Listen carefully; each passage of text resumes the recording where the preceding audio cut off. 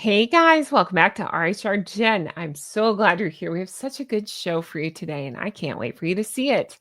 Last night, well, tonight in real time, we did a live chat and it went so well. I truly had the best time, and that's a huge thank you in part to John Witherspoon. Thank you so much. He came and answered a lot of our questions and gave a lot of his opinions on the Sentebale mess, what it might mean for Harry and Meghan, what's going on there, breaking it down, other thoughts about things he's seen. He's actually had experience in Africa, and so he goes into that and just a lot of cool information. He really is a great guy. And John, if you're watching, thank you so much for your time and for coming on and answering our questions the way you did. Thank you all for watching this and supporting. It means so much to me. So we're going to take a look at my sit down on the live with John Witherspoon. Now it kicks off with Meghan had just posted some new weird photos to try to distract on Instagram. She posted on As Ever and also on her own Instagram. So we break that down first. Then we go right on into Sentebale. And it's not just recapping that interview. We've seen that interview. We go a lot deeper. We go into other things that John has found. We go into questions we have, ideas we have, opinions we have, that sort of thing. So I hope you enjoy this as much as I did. Again, thank you, John. Shout out to Chef Matt. We are sitting down and recording more. I've heard you loud and clear. You love him. I love him too. He's wonderful. So we're going to sit down and record more of Meghan's daunting toast and other cooking disasters. So look for that. And I already have this video I've been teasing of Chef Matt where he reacts to the green waffle. I cannot wait for you to see that. That'll be up in the next day or two. So look for that. A huge thank you to you all. You mean the world to me. Please do make sure you subscribe because I am driving to that 200,000 part. Can you believe I can say numbers like that? I'm close to 200,000 subs. Your subscription really does make a difference, and I appreciate it sincerely. Also, the thumbs up makes a difference. It does. It's engagement. And last thing I'm going to ask, if you don't mind, if you'll just write a comment. If you don't know what to write, just write honk honk. It's that kind of engagement that really does help drive my numbers. So my sincere thank you. So many of you comment so many times, and I want you to know how much I truly appreciate it. Now, without further ado, thank you, John Witherspoon. Let's get into this video. A huge honk honk from me to you. But Meghan just posted on her Instagram, so I thought we could take a look real quick at that and then get into the Sentebale. But let's take a look. So her latest distraction attempt begins with As Ever official. So starting with this, now I do not pretend to know how to garden. You guys who do garden can explain what the hell's going on here. I need a magnifying glass to. I did zoom in, if that helps. Yes. But yeah, I know, right? What's happening here? So it just says, hold on one second. It says a fresh start to the week. John, when you see this, do you automatically forget about all the awfulness that's being alleged about Sentebale? Because I don't. I would call that thin as an attempt. By the way, as of today, it's not even April yet. Who's pulling carrots this time of year? Am I out of it or something? I didn't know that you could pull carrots.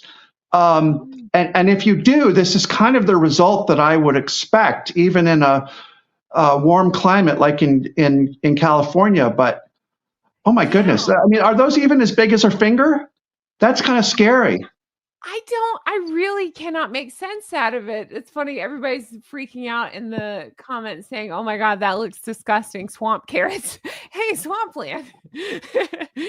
Floridians know about that. But I can't make any sense out of it. I don't know. Now, somebody said they're baby carrots. Are they meant to look like that? It just, everybody's saying, let them grow. That's what I think too. There's something wrong. Is there somebody in the comments can set us all straight? Is there such a thing as a baby carrot? I've always understood that baby carrots were either runts or they were shaved down from like normal sized carrots. That's what I thought, but I truly don't know. Somebody said man hand. I know. Let's see. They're the size of Harry's meat and tube head. Gross. Well, I wasn't going to go there, but that did occur to me.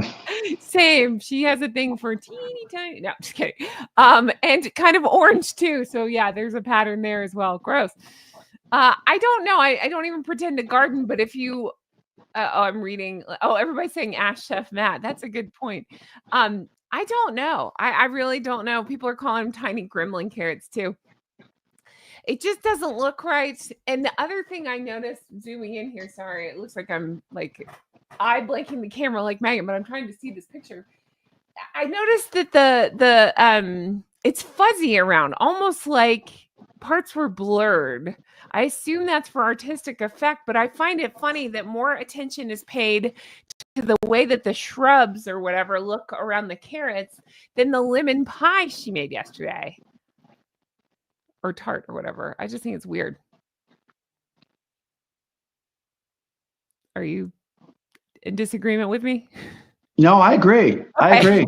It's I'm speechless. I've run out of things. I don't have any more thoughts on it. It's just like, this is so mysterious that I can't.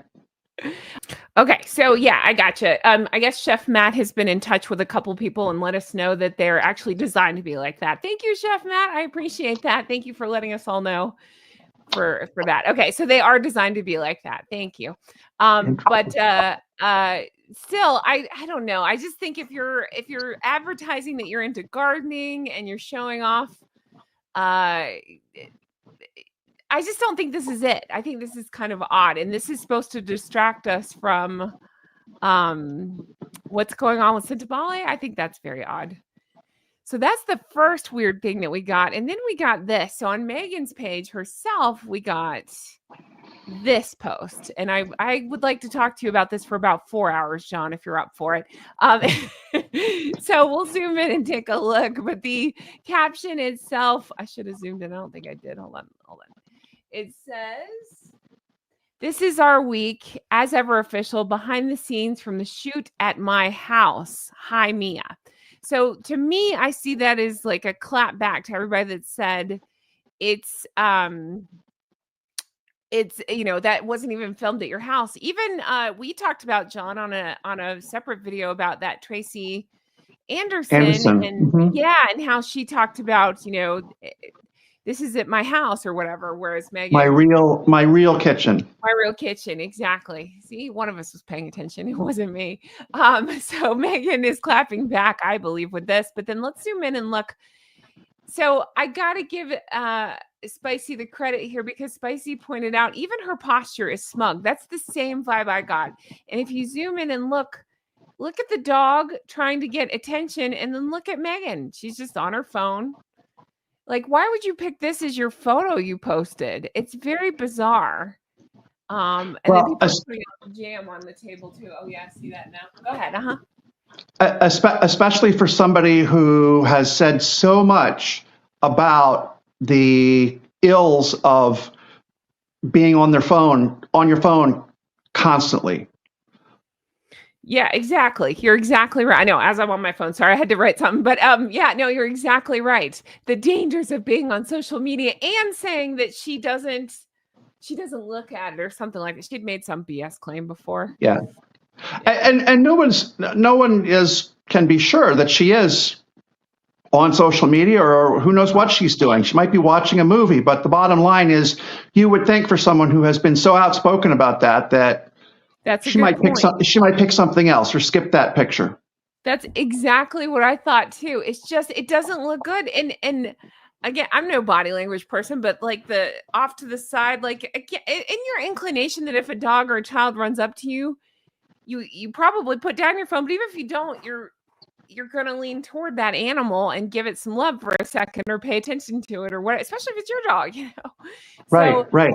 The thing that strikes me, John, is that, again, you and I covered that picture where Archie was clinging to her leg. So when I see this, I think, in my opinion, it doesn't seem like she's super present with the family, because that kid's clinging to her, now the dog's clinging to her. And I don't think it's a matter of, oh, she's such a great person, they really want to hang out with her. It's more of like, oh, hey, there's that lady. Yeah.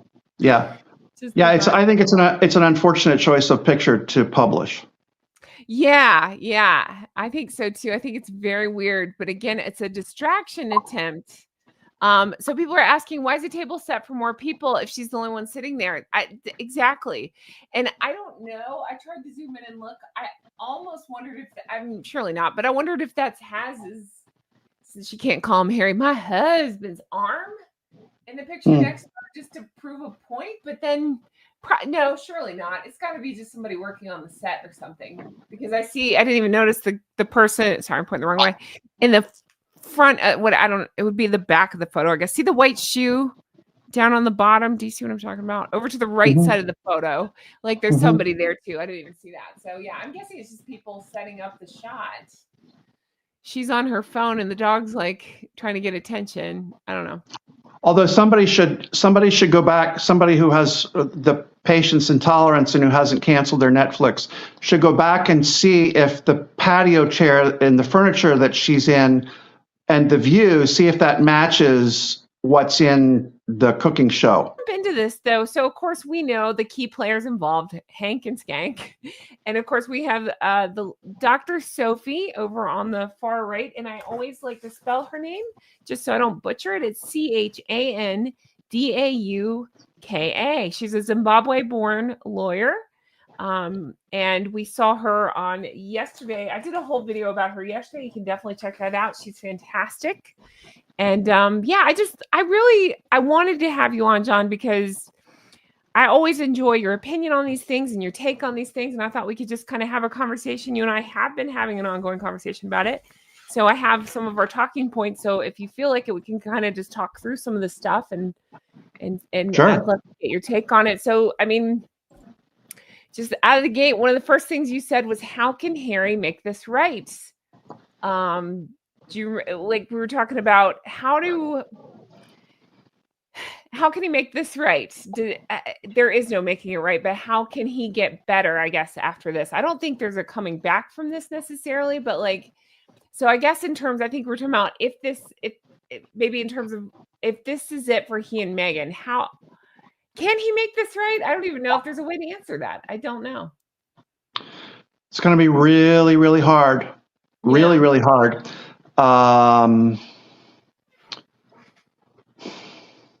You have to factor in a lot of different things to kind of understand, I think, what makes that such a difficult question. Mm-hmm. One of which is, I think the main one is, and Dr. Chandauka, Dr. Sophie called this out. She talked about the brand of the charity and the brand of Prince Harry. Mm-hmm. And she identified that as one of, if not the greatest risks to the ability of the charity to continue to do what it's doing.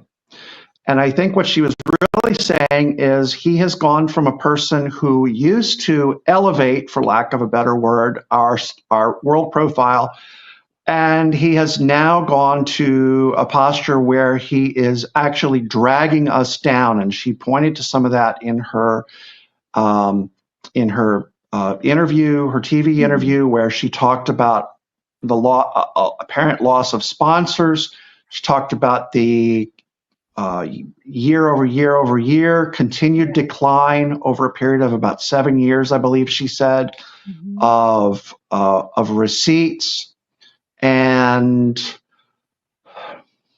it's just going to be really difficult. The problem, I think, is also going to be, let's say he did want to come back. What argument is he going to make for his ability to come back and say, oh, I can add value again? Mm-hmm. We talked a little bit, Jen, about some very high-profile examples in the corporate world. The first of which was David Neilman, a guy named David Neilman. For those of you in the States, and I think maybe in London now, JetBlue Airlines or Airways, JetBlue. He founded that airline. That was the third airline that he founded. He got bounced out of the organization because of some disagreements that he had with the board of directors. And he turned around and he said, I will not only start another airline, that was the third airline that he had started. He's now on his fifth airline that he started. So he is a serial entrepreneurial, high-powered business person. And starting airlines is a horrible line of work to be in because, as everybody knows, the airports of the world are littered with airplanes of defunct airlines. Laker Airways in the UK and Pan Am and TWA and Braniff and Eastern and all these other airlines in the United States and, airlines all over and Varig for people in Brazil, just one after another. So this guy clearly has some talent, and he's able to go out and recruit more people to invest in his vision, probably to the tune of millions, if not tens or hundreds of millions of dollars to start up airlines. And they have said, okay, you're really good at this. So if he gets bounced out of his current airline, I think he's with Breeze Airways right now, which is a startup in the US. If he gets bounced out of there for some reason, he's going to turn right around and find someplace else. Okay, point made. Another person that people may have heard of is a gentleman named Steve Jobs. Steve Jobs, along with a couple of other people, was one of the key founders of Apple. He was bounced from that organization very unceremoniously by his board of directors. And at some point, his board went back to him and they said, you know what? Maybe we made a mistake. We have some additional work to do for this company. We feel like you're a good person to help us get it done. Why don't you come back? And I don't know if he was happy or if he was grouchy about going back or whatever, but I think the result speaks for itself. So now let's talk about Prince Harry. What does he have to offer if he goes back to Sentebale? Does he have any high-profile friends that he can recruit to cough up some money? Maybe. Does he bring a stellar reputation as an established? Want to help Archwell if that's the case, though. Like Archwell would be in better shape if he had those high power friends, is my guess. But continue. Absolutely. So, and then what is he going to bring? Does he bring business expertise? No. Does he bring world experience? No. Does he bring educational credentials? No. So at one point, I would say maybe he brought personality, but I don't think he even brings that anymore. Truly, I just don't feel it. No. He's. I haven't been on Ranker recently, but I think the Ranker.com, if people want to go look, the top 3 people on most disliked people on the planet. Number 1 is Meghan. Number 2 is P. Diddy, and number 3 is Prince Harry. And I was just watching on, I think it was Lost Beyond Pluto today. She does a fantastic job, by the way. If you have not ever checked out her channel, she's a really thoughtful woman and she makes good content. So I'll give her a plug along with the usual. As opposed to this crap channel here. Yeah. No, but she does a really good job. But she put up a graph showing the relative popularity of all the members of the British royal family.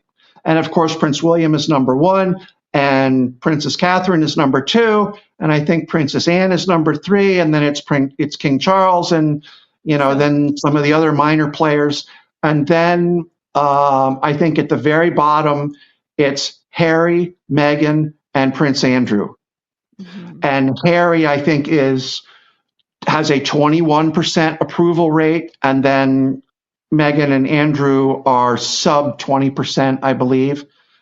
So to your question about, does he bring reputation? Does he bring gravitas? No, he brings none of it. None of it. So he's in a really bad spot. Bad spot. Exactly. I don't foresee him going back. No, especially as long as Dr. Sophie is there and as long as there are now board members there where the board is being filled out by new appointees, most of whom I'm sure are people that Dr. Sophie has recruited and not Prince Harry. And you'll recall from the interview on Sunday that that was one of her beefs, was that he would just show up and say, "Hey, I've got a new board member, give him a hand, give him have him pull up a chair." You're exactly right. And so I don't think there's any way he's going to come back, because And the new board's not going to have it.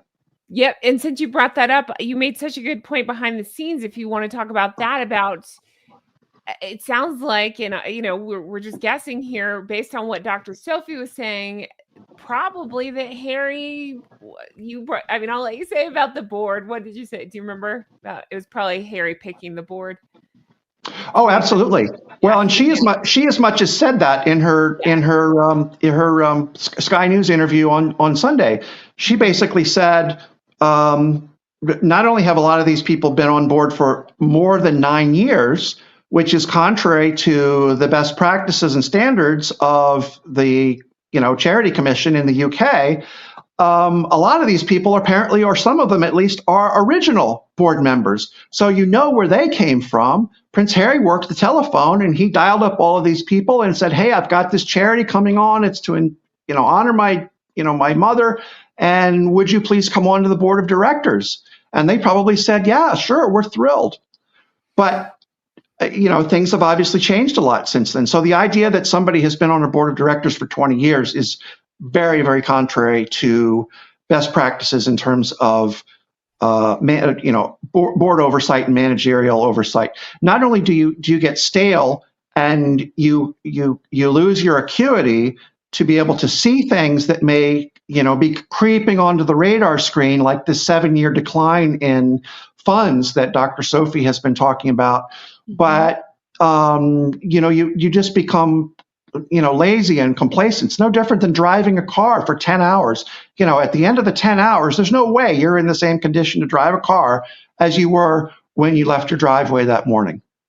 You're so right. Yep. I think you're spot on for sure. But then with that would come a whole host of issues as to why that would explain why, he's standing behind that. I guess the whole board quit. Well, if he handpicked them, it again, we're just we're going hypothetical here, but it could be maybe that they needed to do that, to stay in Prince Dum-Dum's good graces potentially, or they feel like they owe that to him or something. I think this is all going to come back and bite him in the ass. I think. We're just guessing.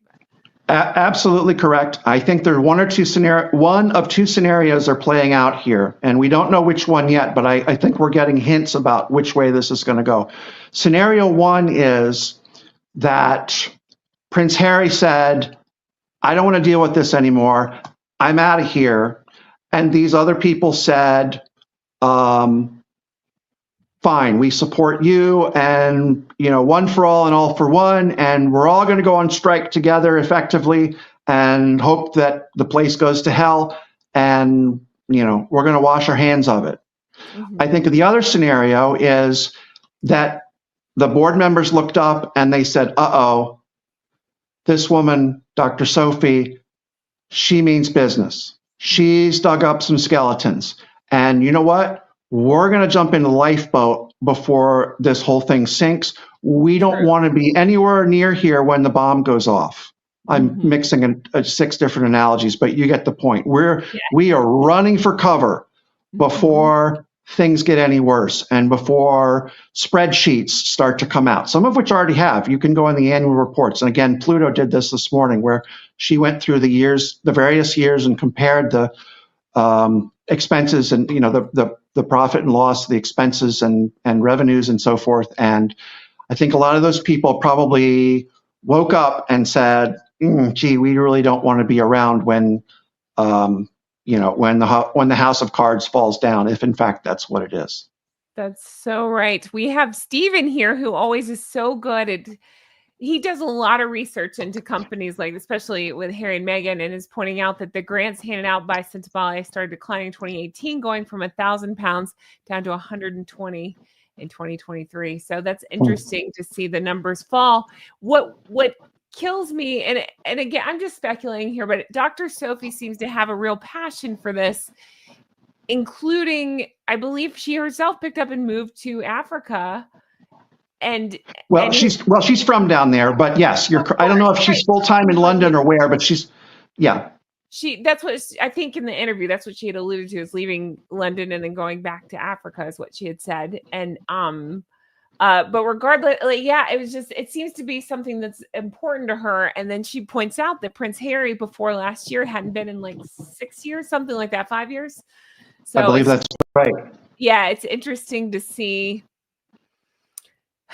I just think at a base level, I think about that a lot. Like they just attach the names and just give zero shits about it. You know what I mean? Like just drive it to the ground. I don't know. Yeah. It would be really frustrating if you genuinely cared about something and then watch some guy like Harry waltz in, you know what I mean? And then just run it to the ground. Yeah, well, I think it's important to understand exactly what Harry's role in all of this is beyond what I was saying a couple minutes ago, which is, he's designed to raise the profile of the charity and in the process of doing so to increase the effectiveness of the charity and also increase the revenue intake. Mm-hmm. So, we were talking before about the comparison between Harry's role as a patron of this charity. And as I said, he's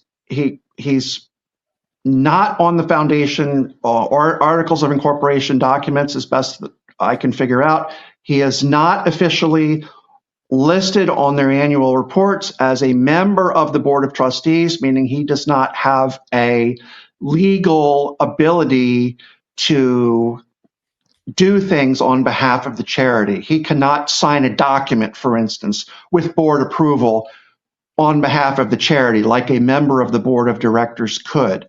He's not an officer of the corporation being the catch-all term. I know it's a nonprofit, but it's still referred, at least in the United States, it'd be referred to as a corporation. So he's not an officer of the corporation per se. The Kevin Costner comparison. Kevin Costner does a event apparently every year on, I think it's called 1-805. 805 is the telephone area code for that part of California, I believe, the Santa Barbara area. He says, hey, I've got this nice ranch here. Let's throw it open. We'll charge $150 a head, or you can buy a table or a tent or whatever you want. Come in for the day. We'll play some music, have some hamburgers, drink some beer, do whatever you do to have some awards, have fundraising and so forth. And by the way, I think Harry and Meghan have actually attended this event on a couple of occasions. Famous mic grabbing event, yes. Yes. Or the attempted mic grabbing. I think that's the one where it didn't work. But the point being that at the end of that 24-hour period, Kevin Costner locks his gate and goes to bed and doesn't think a whole lot more about it. Kevin Costner is not sitting in on meetings at the sheriff's department where some of the money is going, and he's not sitting on meetings at whatever the EMS agency is there, the ambulance agency, telling them how to run their business, because that's just not what he's good at. His name and his face are what is most important. And yes, he has a ranch. Yes, go ahead, borrow my ranch for a day. Knock yourselves out, have a great time. But again, you see the disparity between that type of an arrangement and what's going on with Sentebale. Right. So it's really strange. And, this came up as well. I'll just say, she talked about the fact in her interview yesterday that there were certain topics that the board was not able to discuss because the conversation would have been so awkward and weird with Harry in the room. What in the world is he doing in the room? That in and of itself speaks to the level of dysfunction in this organization where Harry is sticking his fingers in, appointing, hey, Bob, pull up a chair. Welcome to the board. Everybody's, who is Bob? We don't, especially even Dr. Sophie, who is this guy now on the board? Where did he come from? I didn't know anything about this. So again, he has no bit, the jokes almost write themselves. and you don't need an MBA to understand this, and you don't need to study organizational behavior. If you can't have candid conversations because a certain person is in the boardroom, there is something wrong with the boardroom. Mm-hmm. Most boards of directors normally meet, and I've been on boards like this. They meet, the chief executive is part of the meetings for the most part, and I don't mean Harry. I'm talking about Dr. Sophie or whoever the in-country heads of the organization are. Those people are in the meeting, and at a certain point, it is well known and totally expected that the chief executive or the senior members of leadership of the organization are going to be kicked out of the room, and the board is going to talk behind those people's backs. And it's a known quantity. It's not weird.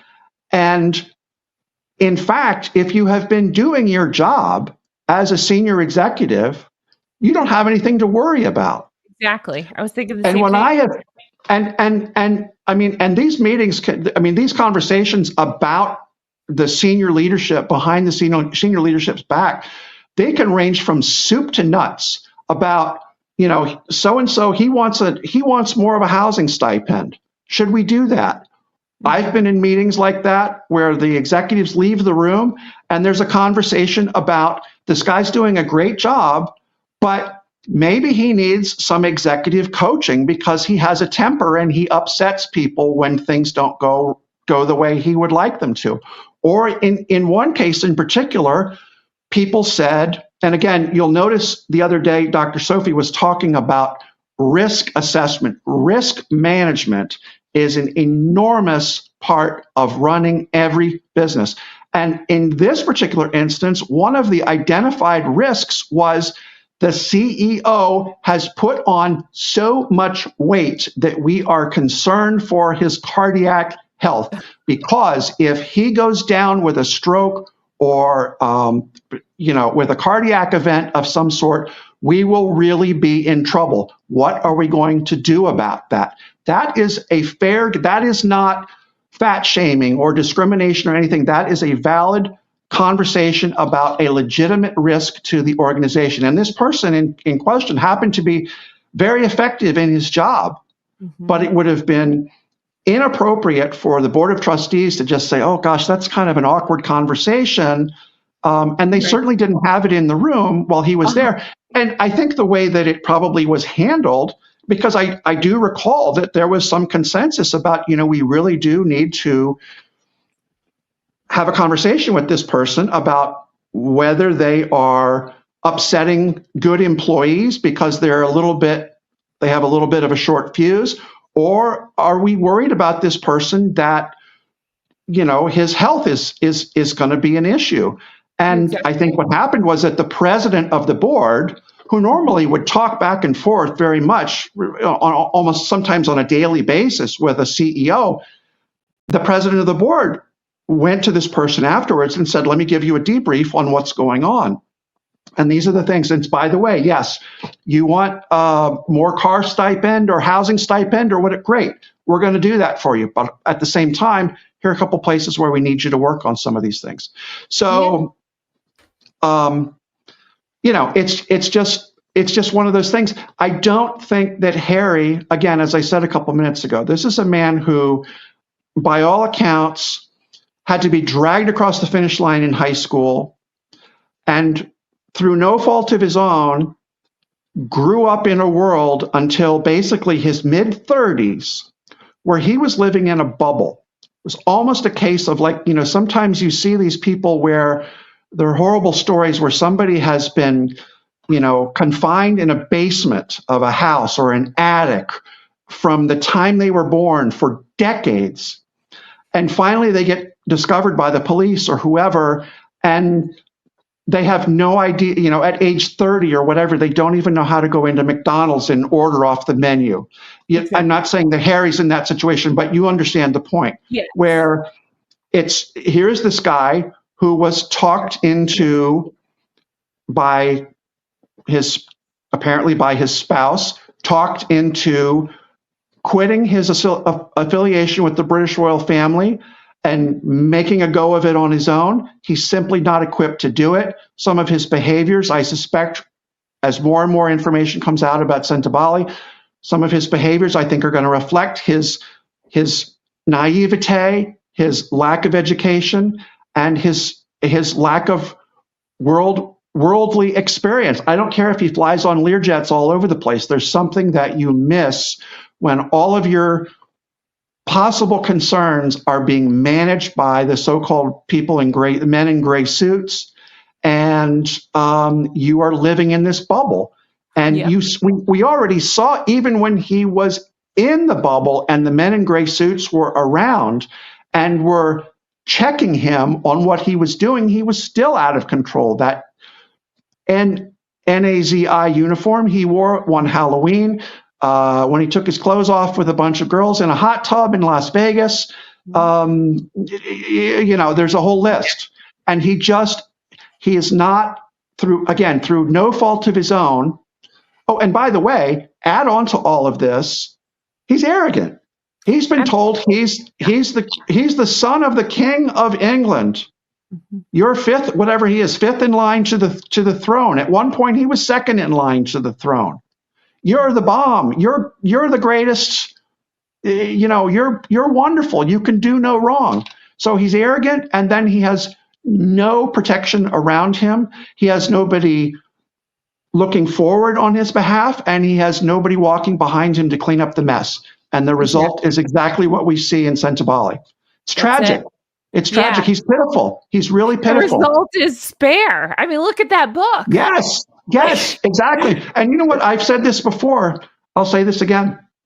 The worst part of Spare, do you seriously mean to tell anybody, do you seriously mean for anybody to believe that Meghan didn't read that manuscript and sign off on it and say, yep, this all looks great, send it to the printer?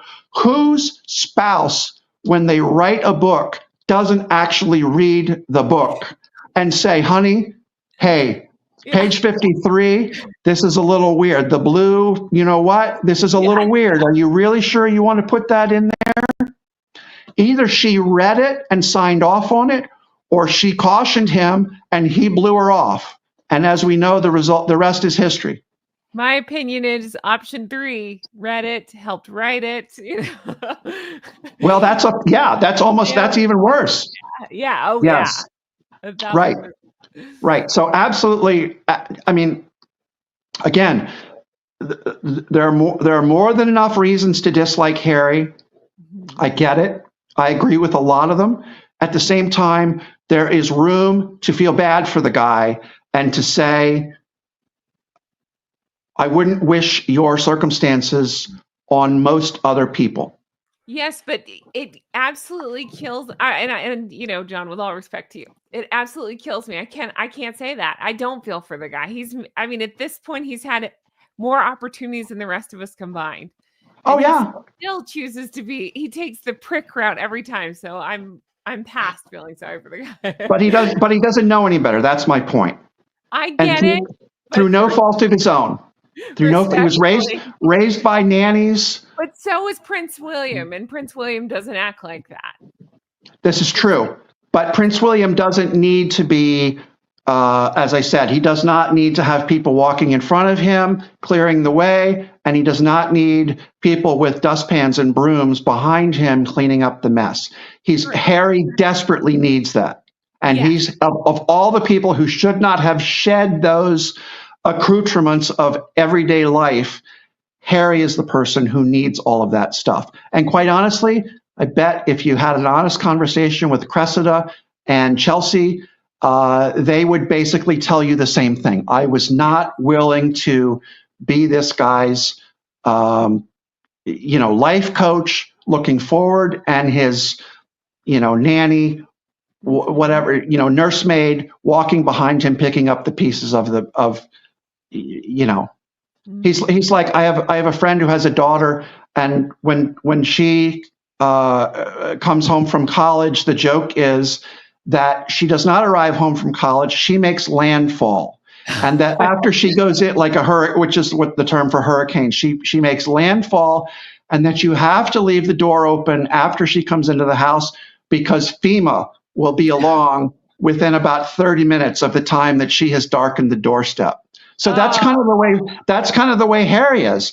Harry makes landfall, and he needs FEMA behind him to clean up the mess. You're so right. And also too soon, John. I just went through a hurricane. Just kidding. Yeah, well, sorry, sore subject. No, I'm right. kidding. No, please. Right. I'm kidding. No.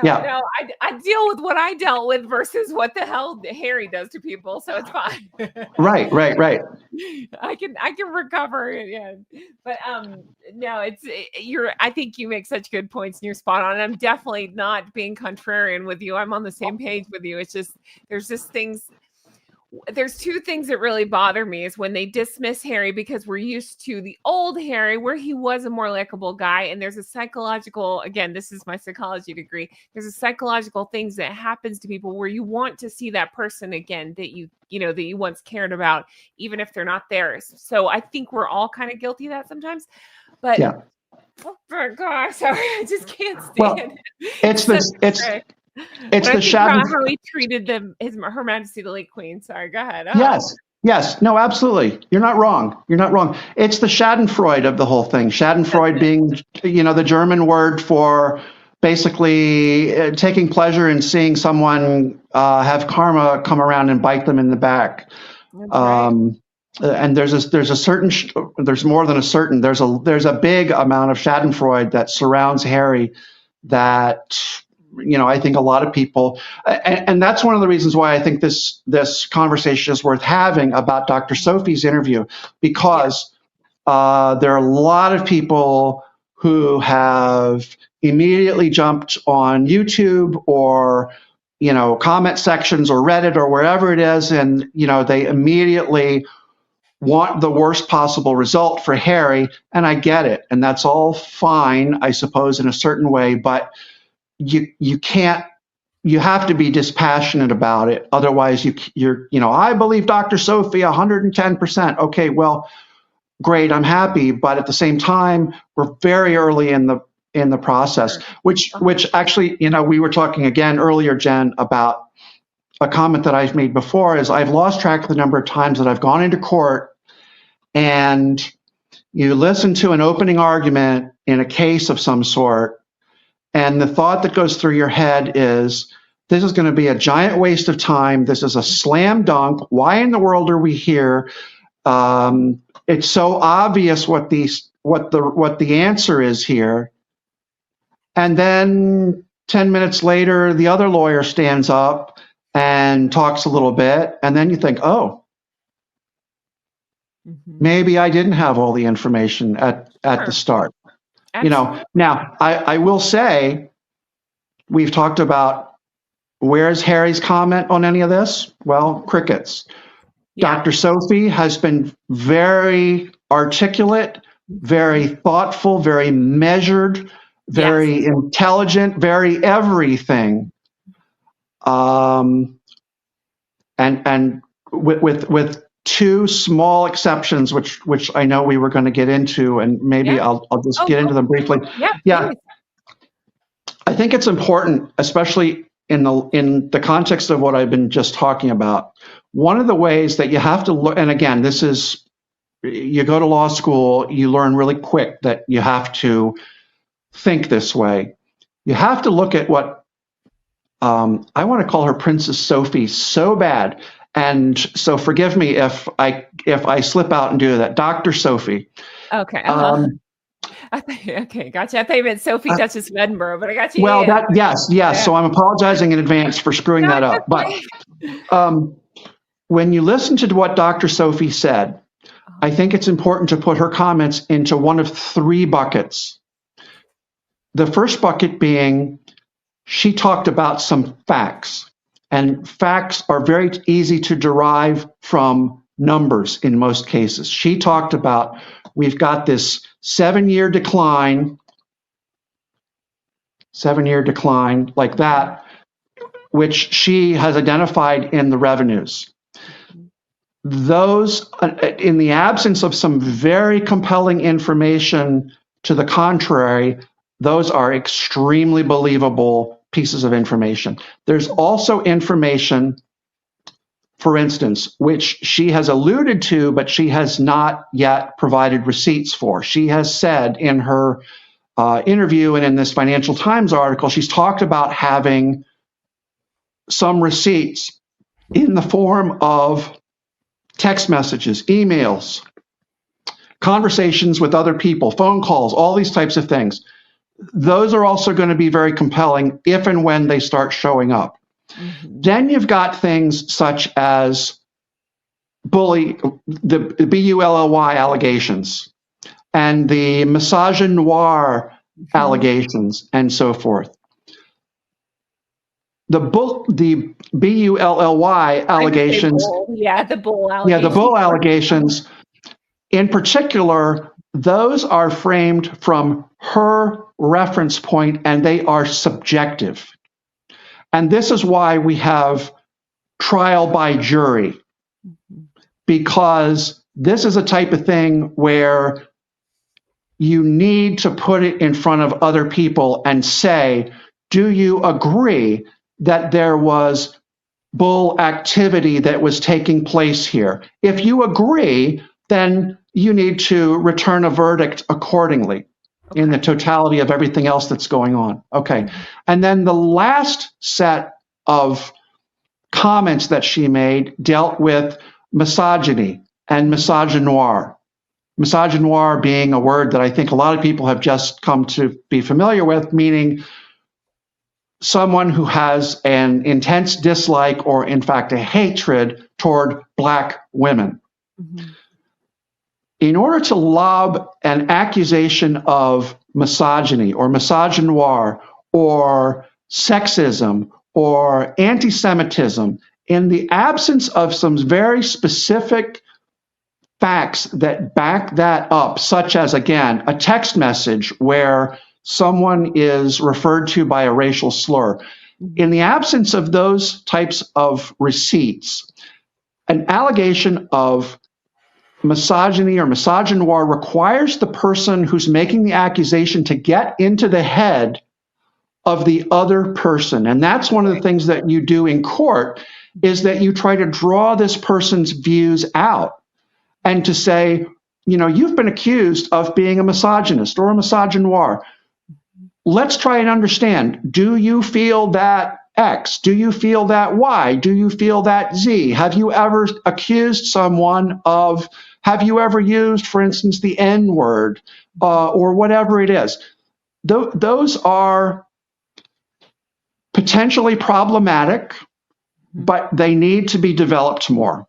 Mm-hmm. And they can't just be taken at face value. And I've heard Chair Denise did a great analysis of this as well. She did it came at it from a different angle, but she basically said the same thing.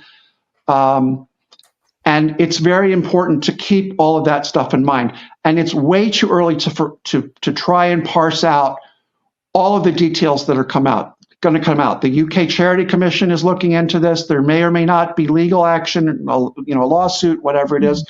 It's going to be very, very interesting to see. But yeah. I encourage people to think about it using multiple buckets of certainty and to think about, are these objective allegations? Are these subjective? In other words, in the eye of the beholder, or are they somewhere in between? And since we're on the subject of misogynoir, mm-hmm. I'll just mention something else that Jen, you and I talked about. Mm-hmm. I have no concrete information on this. This is pure speculation on my part and opinion. Mm-hmm. But I think it's worth pointing out, I have spent time in the Caribbean. I've had multiple trips to Africa, spent time there, and have gotten to know some of the people, both on a tourist capacity and also on a consulting project, some consulting work that I did.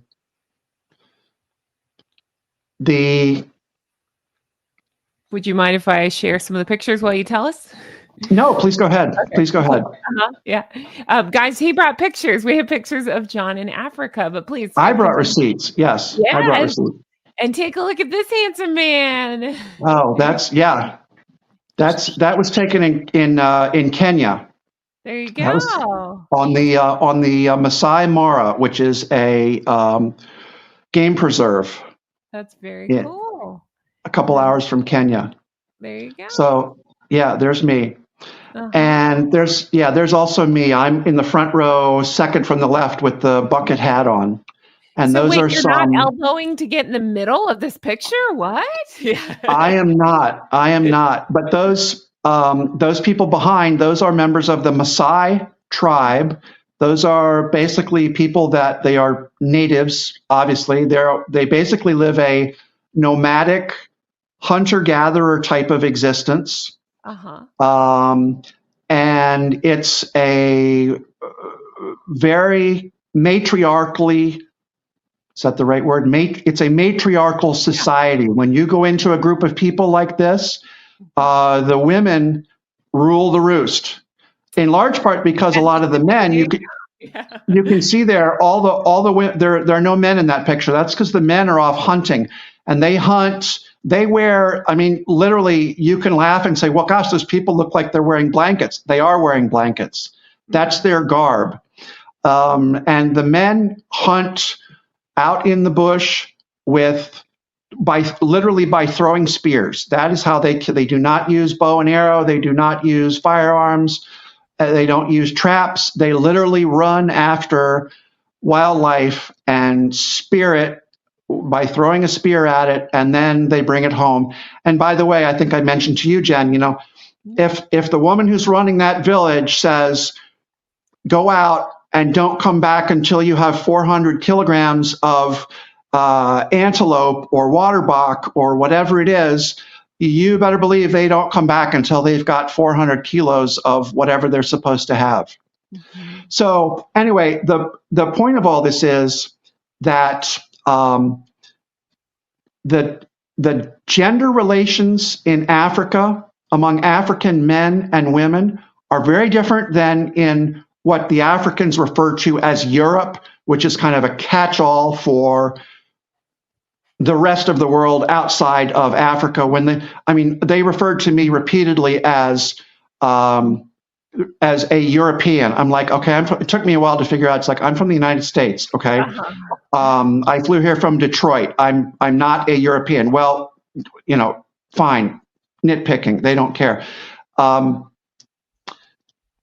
They look at Europe. You have to remember East Africa, where Kenya is, where this picture was taken, Zimbabwe, Tanzania, Lesotho, a lot of these countries were formerly British colonies. These people have not forgotten that. I assure you, Dr. Sophie has not forgotten that Prince Harry is a prince from the colonial empire that once dominated that part of the world. Believe me, they have not forgotten it. The other point that I was going to make is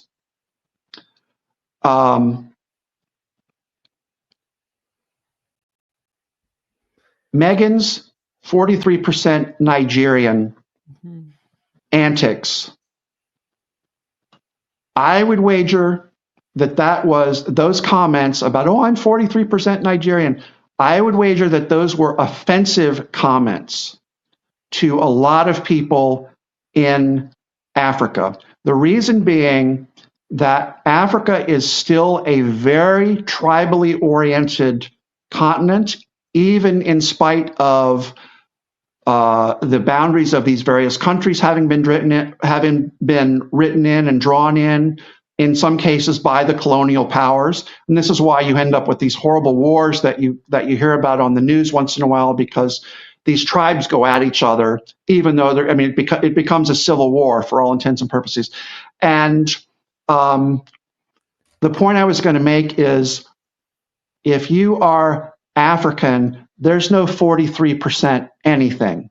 Mm-hmm. You are either African or you're European. you're black or you're white. You do not have people of mixed race in Africa for all intents and purposes. It's not like the United States. Yeah. Where you can have a multiracial family and multiracial parents and all of that kind of stuff. So for somebody to come along and say, I'm one of you guys, no, you're not. I'm sorry. You don't have our lineage. You're not part of our tribe, and you don't look like us, for better or worse. I'm not saying that any of this is right or wrong. I'm not passing any value judgment on it, but what I'm saying is that it is very foreign. There is a massive cultural difference between Harry and Meghan and the people in Africa. I would hope Harry is smart enough to understand that, but I question whether I know. And here's the other thing is as well. I mentioned the European colonial history in Africa that they have not forgotten. One of the things that happened during the colonial period in Africa, and it's not just the British, by the way, the French did the same thing, the Dutch did the same thing, and the Germans did the same thing in South Africa. South Africa didn't manage to escape the colonial overlords until within the last, 20 or 30 years. And it was a very big deal, obviously. However, they have a thing about the, for lack of a better term, the white savior complex. And obviously Harry embodies an important element of that. So you have, as I mentioned, you have a black female-dominated society, and then you also have a white man coming from Europe to basically ostensibly do great things.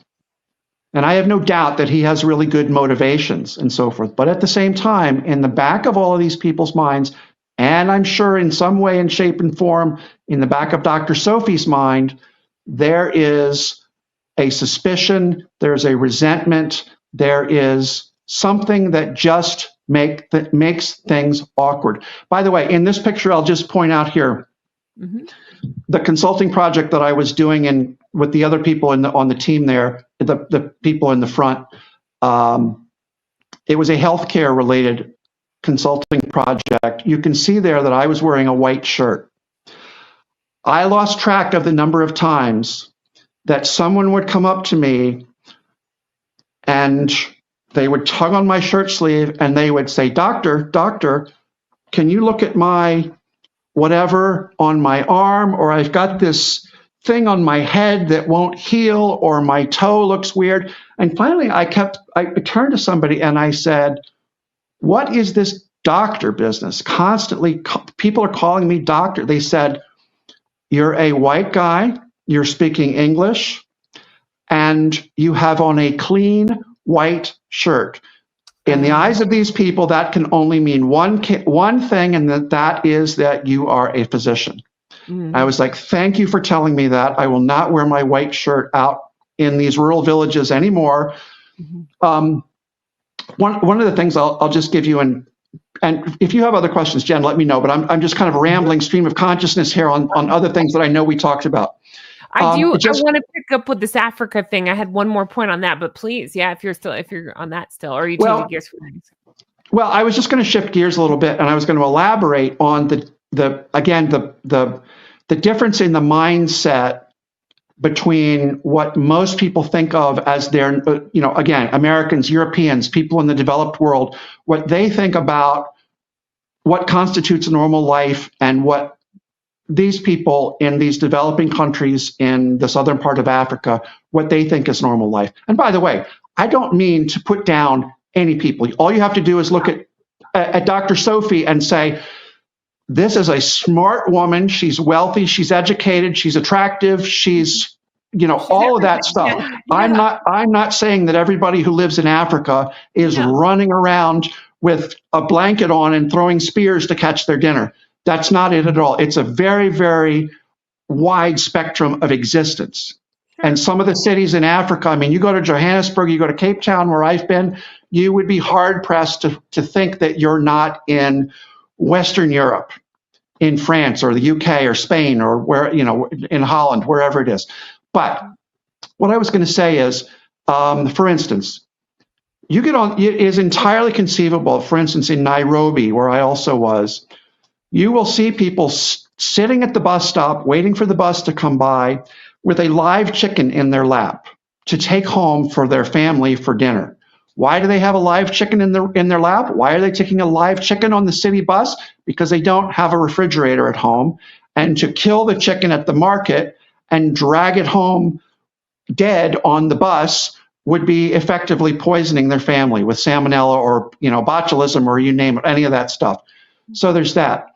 One of the things, I was going to give a couple examples. There are some notorious failures that have come from Europeans and Americans trying to do the right thing as part of a charity that have royally messed things up in sub-Saharan Africa. One of the examples is, for instance, Procter & Gamble, the company that based in Cincinnati, they make shampoo and every type of thing. They went into India one time. Now that's not sub-Saharan Africa, but the point still applies. They went into India one time and they tried to introduce soap and shampoo to Indians. They wanted to get an entree into the marketplace there. They tested some shampoo, they tested some soap. Everybody said, wow, this stuff is really great. Let's have it. So Procter & Gamble went in with whatever your size is, 12 ounces, 350 milliliter bottles of shampoo, tried to sell them in India, and they didn't get sold at all. There was no uptake. And they said, we don't understand what's going on. We did focus groups. We tested all this stuff. Everybody said they loved it. Now it's not selling. Help us understand. Turned out they had overlooked the fact that in India, buying an entire 12-ounce, 350 milliliter bottle of shampoo is basically costing some people the equivalent of 2 weeks or more of wages. You're going to buy that bottle of shampoo. What if it falls on the floor and it breaks and you've lost your shampoo? You've totally defeated the purpose. They wanted shampoo in the size container, basically the kind of a ketchup packet like you get at McDonald's. Mm-hmm. That's what they wanted. Again, best of intentions from Western minds who thought they had done everything the right way, but they messed it up. Another good example is, and this is just recently, and there's a really interesting video on this on YouTube somewhere. I'm sure you can find it if you look for it. There was some Western entrepreneurs who really were concerned about lack of availability of clean drinking water in Africa. So they thought, hey, let's take some of those merry-go-rounds like they have on playgrounds. Kids always love to push those merry-go-rounds where, you get about 10 kids and you go around in a circle and then you jump on and you see who can be, pitched off into the weeds. And everybody's done it, I think. So they thought, let's attach one of those merry-go-rounds to a water pump. And when the kids jump on the merry-go-round like they do in the United States and they push this thing in a circle, magic, it will pump water up to the surface. Mm-hmm. So they got seed money, they went into Africa, they installed these things, and they were a great hit with the local kids for about 12 hours. And then the kids said, we're not interested in pushing this thing around. It doesn't do anything for us. We'd rather go play tag or play soccer or whatever. Why didn't you give us a bag of soccer balls? Why did you give us this silly thing?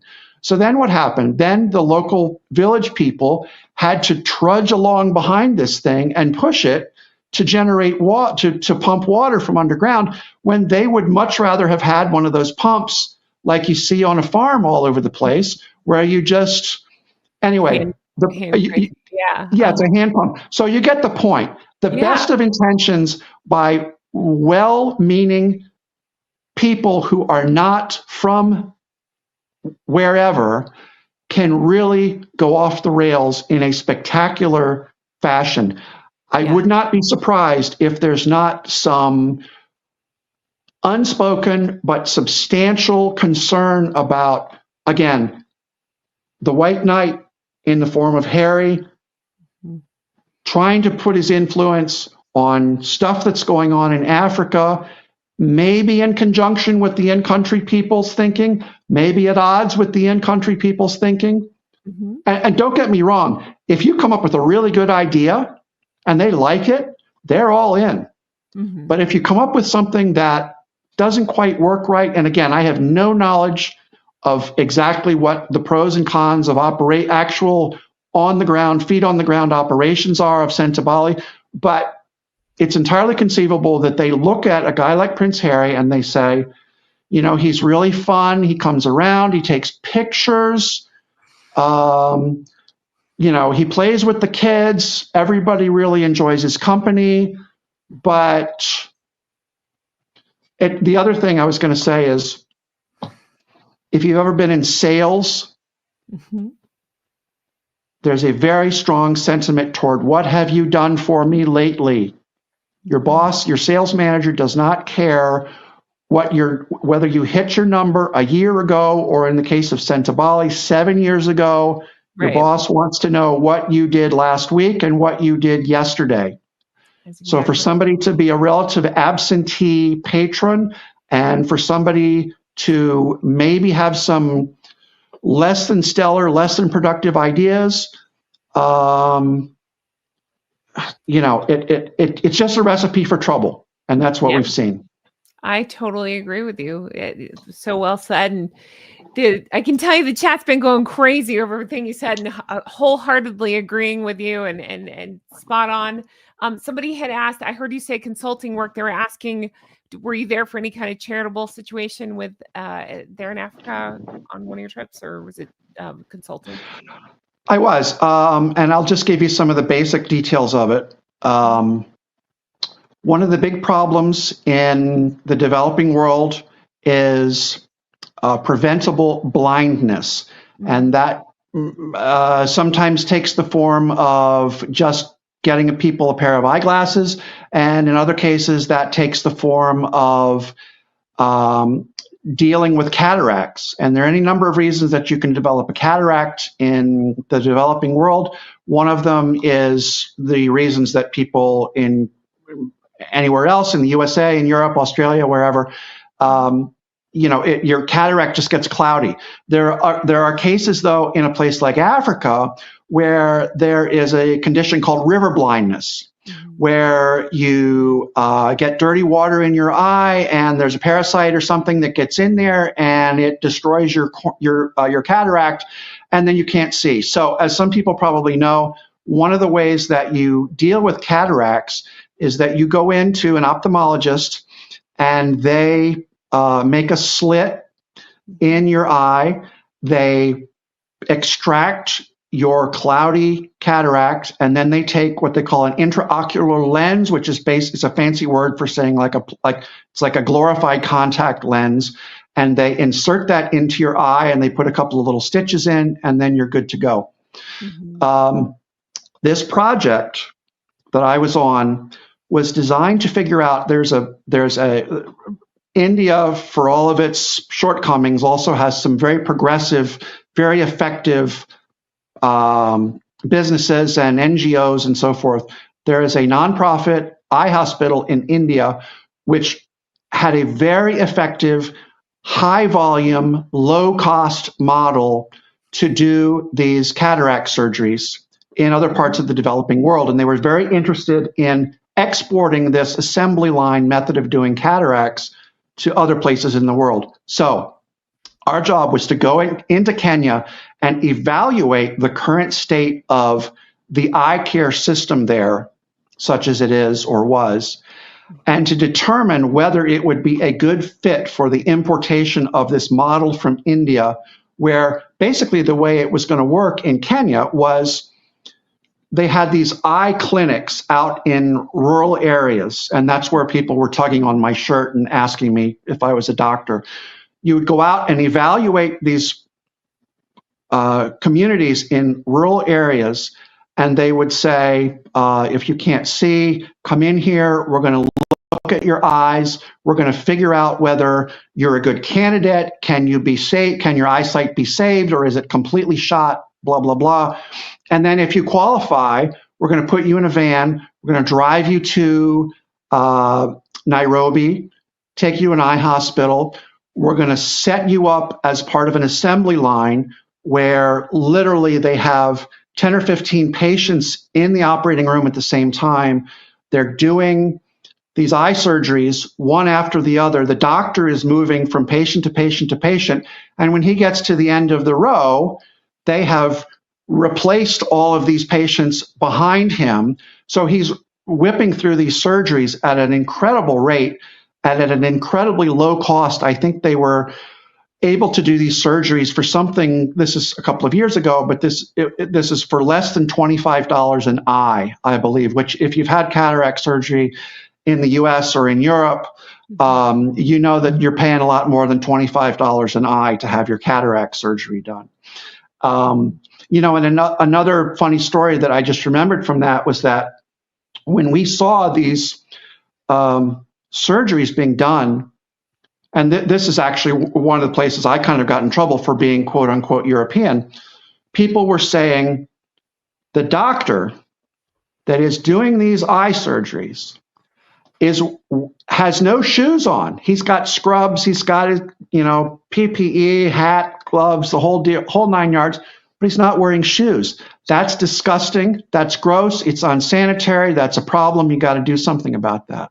Mm-hmm. And I remember somebody raising this point, and they said, you and your European ideas. This guy is saving the eyesight of close to 100 people a day. He stands next to God because of what he's doing. If he says that he can be more effective and efficient doing what he's doing, nobody cares if he's got bare feet in the operating room.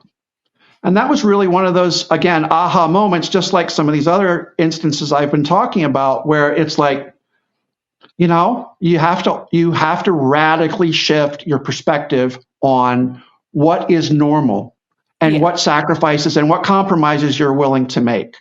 Mm-hmm. And for instance, I could go into more and more details about this, but for instance, they had nurses doing anesthesiology because the thinking was, we can't afford to have a medical doctor anesthesiologist here, assuming we could even find one to begin with. And we're talking basically some low-grade anesthesia here. We're not talking full, blown, taking people to within an inch of their life and so forth. This is relatively innocuous.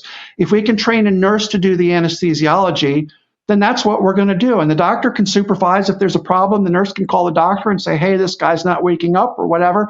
But it was, again, one of the compromises that they were able to make, and that's why they were able to keep the cost so low. So, again, just Africa is such a radically different place than the rest of the world. And as I said, you've got the Dr. Sophies coming out of Africa, and then you've got these folks running around with blankets on. Sure. Yeah, absolutely. I thought it was important to, while we're talking about Africa and seeing your lovely picture, which, by the way, thank you so much for bringing them. Everybody's reacted so strongly in the comments. They're loving your stories and loving seeing the pictures. I thought it was important to show, now this is radically different here, this experience versus we had Meghan in Rwanda, if you recall. We got some, not quite the same. It didn't look the same in the pictures, let's just say, of what Meghan was doing. Now, there are accusations here from Tom Bower of revenge that accused her of being awful on this trip, from the luggage to the disappearing for hours at a time, just being there for photo ops. This is the trip where it is alleged that people say she was doing things like this to try to snare Harry, to get his attention, going to a specific place in Africa, posing like Princess Diana. And then there were allegations, I gotta say it's alleged, of, again, it was by Tom Bower, that disappearing with this photographer for hours, and then here he is carrying her off. So lots of weirdness. What an interesting trip. It's just funny to look at the difference of photographs again, I would say right here says it all. And yes, everybody can make a weird face in a photograph, but this seems to be a little bit more than that. If you ask me, lots Yeah, going on yeah. there. I'd say look Well, at the difference versus your yeah. photo, your lovely photo. God. Well, I was just going to tell one other story because, part of the tragedy of that picture with Meghan and part of the beauty of some of the pictures that Harry has taken is that the African people, and of course, yes, you can find exceptions to any rule, and Sure. I'm casting a wide net. I get it. The African people are by and large so lovely and so delightful and so kind and so grateful in so many ways.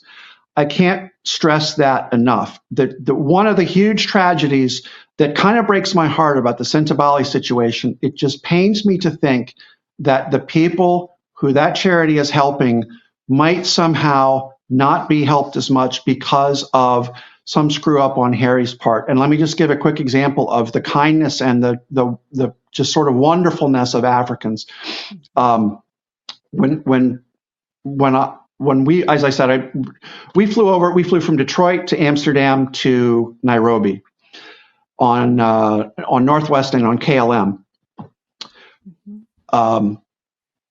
When we flew from Detroit to Amsterdam, we were in economy, but they brought the dinner service around and they brought those sort of, it's like a half bottle of wine. I don't know if sometimes I still see them on airplanes on long haul flights, but it's like it's like a half of a bottle of wine. It has a screw top and so forth. Yeah. And they served that. I wasn't feeling terribly good on the flight. And I thought the last thing I need is to drink a bottle of wine and have that in my system when I wake up at whatever time of night my body thinks it is in Amsterdam, and I'm not even halfway to Nairobi. It's like, no way I'm drinking that wine. So I put it in my coat pocket. And then when we got to Nairobi, I took that coat off because it was not, the weather in Nairobi was just slightly warmer than it had been in Detroit in March. And when we got ready to leave, I put my coat back on and I felt this hard thing in my pocket. And I thought, what in the world is that? Is that bottle of wine still? Anyway, there had been these two guys who had been our drivers the entire time we were there, which was about 10 days. And they were just absolutely fantastic. Again, you go out into an area where you drive basically constantly on dirt roads. This red dust is flying up all over the place. You literally are scraping it out of your ears for days after. I mean, you're not getting it out of your ears and out of your nose. And I mean, you blow your nose and it comes out with this red dirt. It's rather remarkable how it permeates everything. Anyway, these cars would be caked with this stuff. It would be blowing out of the dashboard vents. We would get home at like 9 o'clock at night. 7 o'clock the next morning, we'd be ready to go. These guys had washed these cars like 8 off the floor clean. Wow. All the dirt was gone off the inside, the outside, everything. So when we got ready to leave, like I said, I reached in my jacket pocket. There was still this half bottle of wine in there. And I thought, I am not carrying that thing back to Detroit. No way, no how. We were literally standing at the curb at the airport waiting to go into the terminal. We'd just gotten out of the cars. And I thought, what am I going to do with this bottle of wine? I thought, I know. We had some gifts for both of these drivers because they had been great. And by the way, you do not want to drive yourself in Africa.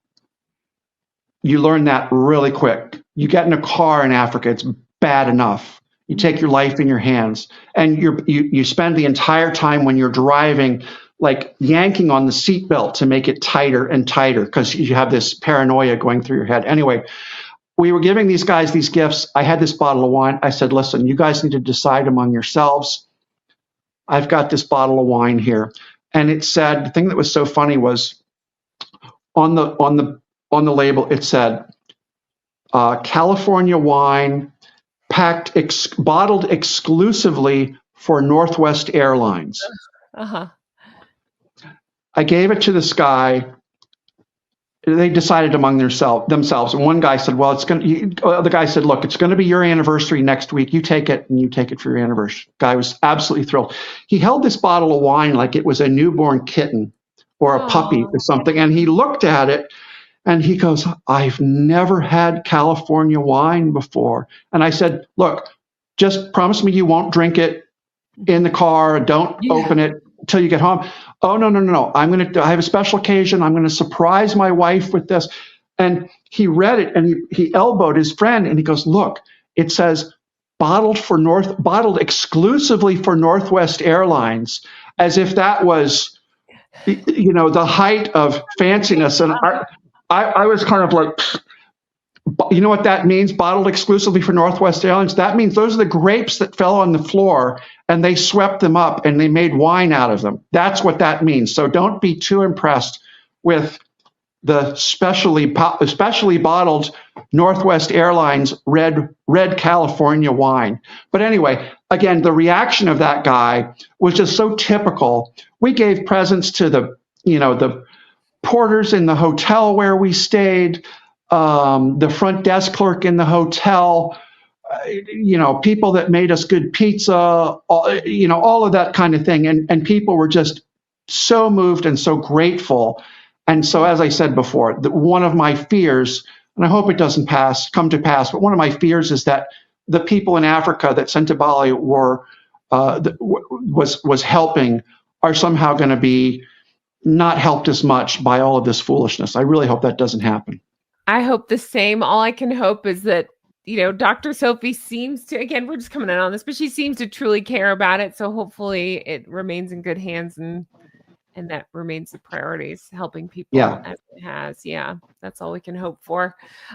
People are just freaking out over your story, saying they love them, that you should write a book. And a lot of people are really enjoying this. This is so cool. Oh, well, thank you. Yeah, no, it really is. And again, it's just striking to see the difference. I mean, again, your beautiful pictures, and then we got this. It just sounds right. Yeah, yeah. Well, I'll tell you one other thing. It's funny too. If you ever watch Top Gear or a show where they really go into the depths of some of the African outback, not outback, but the bush and so forth, people have probably seen those clothing containers where you can open this giant door and stick all of your unwanted T-shirts and pants and shoes in, and close the door and have a cleaner closet. Mm-hmm. A lot of those clothes, well, there's controversy about where those clothes end up. Mm-hmm. But I will say that a lot of them do end up in Africa. Mm-hmm. So next time and you can see it because we were in Africa, for instance, and like I said, we had flown from Detroit. Well, we kept seeing University of Michigan shirts, Michigan football, Michigan basketball, or University of Georgia, University of California, Los Angeles, Harvard, whatever it is. It was just really funny to see these little kids running around in these sweatshirts and T-shirts that had clearly come from the United States. That's funny. Yeah. That's cool. Very cool. Let's see. So I'll take this back down. But yeah, they really enjoyed your stories and your pictures there. That's so interesting to see. Anytime you want to share stuff like that, bring them on. That's fantastic. Oh, cool. Okay. That's so cool. I will. Going back to our notes, let's see. I thought you made such a good point about Harry. Do you remember what you suggested for him in terms of what he should be doing instead? Well, it kind of goes back to what we were talking about a couple minutes ago. He is wonderful with little kids and with teenagers. He really is. And I've had this conversation with people, in bars and around, dinner tables and so forth. If Harry had not been born into the royal family, what would he be really well suited to do?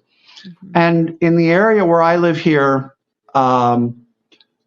there's a job that is advertised once in a while when I scroll through job listings for whatever reason. And it's a government job. It's a county level job. And the job description is recreational specialist.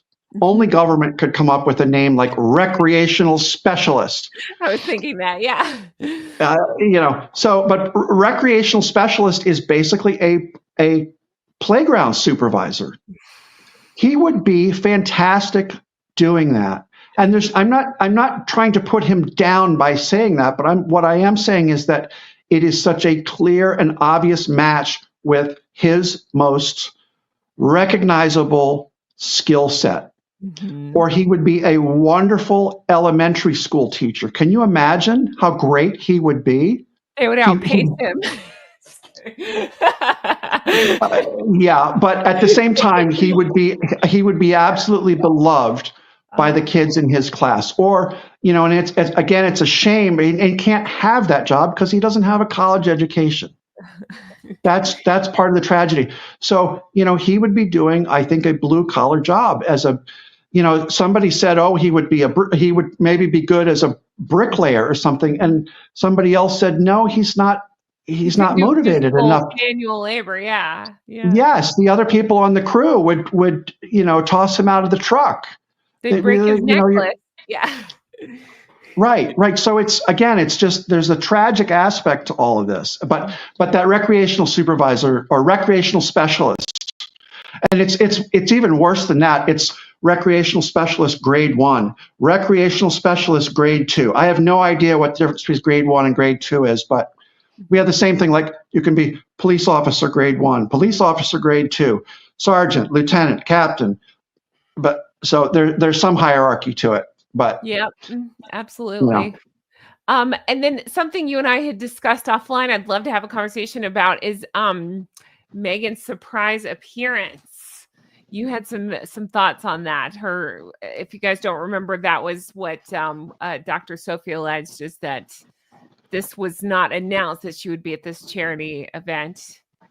And you made and where did we hear that same story elsewhere? Actually, Meghan told it on herself when she showed up at Invictus. Yep. And said, you know what? And she grabbed the microphone and said, you know what? I hadn't intended to say anything, but I just can't help it. And I've got to share my thoughts, so I'm going to grab the microphone and on who knows, maybe it was 30 seconds notice, or maybe it was a day or however long. But I think the takeaway from that, aside from what could arguably be said is the narcissistic angle, the other takeaway is that she's either not sophisticated enough to understand how disruptive that is, or she just doesn't care. And that kind of is the narcissism angle of it as well. But it's like, come on. Yeah. How would you like it if, oh, I didn't know you were going to bring a +1. Yeah. Okay. We'll go out and grab flip a bucket upside down so you can sit on it at the table. That's basically, it's like, hi, I wasn't planning on coming, but here I am. Like, thanks a lot. I'm more important than you. I don't need to let you know. You need to just accommodate me. There's a lot to that that's rude. Yeah, absolutely. It is. It's very low class, and it's very unsophisticated, and it's very uncaring. That's what really boils down to, is that she just doesn't have consideration for other people above and beyond herself. Totally agree. And I think the point that both of us had made is that also could potentially limit, we can't have Meghan speaking if they don't know she's coming. They're not going to maybe make up rules like that or figure out a way to get her to not speak. So I think she knows this. So anything like that, she can use to her advantage. That's right. It forecloses the opportunity for somebody to say, wait a minute, we don't want to hear from her. Exactly. Find a reason. If she asks 3 months out, no, we don't. No, sorry, we don't have time for that. But if she pops up at the last minute and says, "Oh, I think I'd like to say a few words," well, then it's too late. Mm-hmm. Right. I think so. Absolutely. Let's see. You made me laugh because the expectation of perfection. Do you remember you said can't expect perfection as long as it brings you joy, and you think you'll maybe start telling your clients that? Yeah, exactly. Yeah, sorry I couldn't get the work done for you, but I hope you're happy. Hope you had fun. I'd like to hear a criminal attorney tell their clients that I'm sorry you're going to jail for the rest of your life, but I hope you or worse. Yeah, exactly. I hope you find joy. Yeah, I hope you find joy in the food in prison. That's right. They'll give you cake on your birthday, That's little right. little piece, but you'll get cake. You made me laugh with that. That's pretty good. And then let's see, we talked about the board. Oh, and then you'd pointed out that CBS seems to have turned on Harry, one of many of their former besties turning on Harry. What was the article? I can pull it again. It was just basically talking about the bullying allegations, right? I believe. Yeah, pretty much. It was from CBS. I think the morning show on CBS this morning. And people will recall that when Harry and Meghan went on with Jane Pauley and they talked about this new initiative to combat online bullying and so forth, Jane Pauley was very, tolerant of everything that they seemed to want to do and didn't ask too many hard questions as kind of a puff piece. And this same with Drew Barrymore. That seems to be their MO, is going on shows like that. Yes. Yes. But this thing this morning on CBS was a little bit more critical.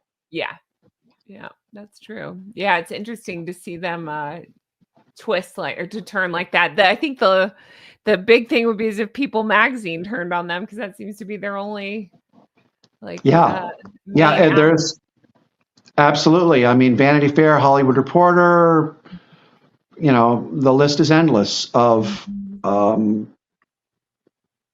publications and outlets that have felt compelled to not only they not only have not continued to say glowing things, they've also opted not to sit on their hands and say nothing. They feel compelled to say something negative. Yeah, that's true. Ouch. Yeah. Let's see here. We talked about just hitting, I think we had just a few things. Meghan, let's see. Oh, you had a good point about Sophie, Dr. Sophie wanting, Harry allegedly wanted Dr. Sophie to maybe make a statement. Where have we seen somebody make a statement on behalf of Harry and Meghan? Right. Lo and behold, people may remember the not in good standing imbroglio with the state of California, and who popped up to come to their defense because he had nothing better to do.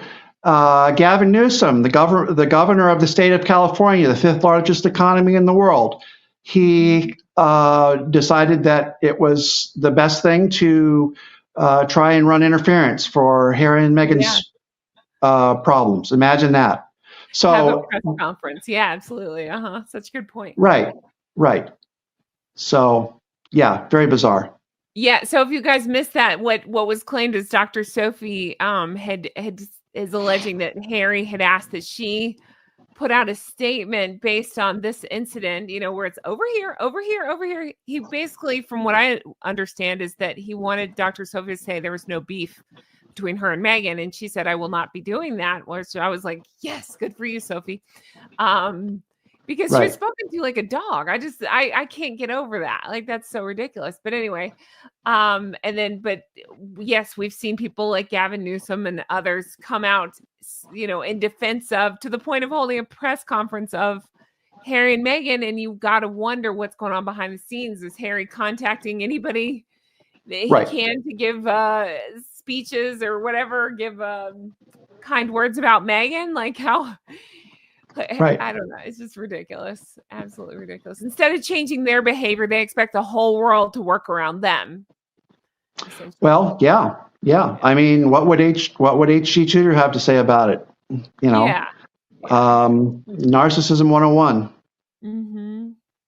Yeah, that's true.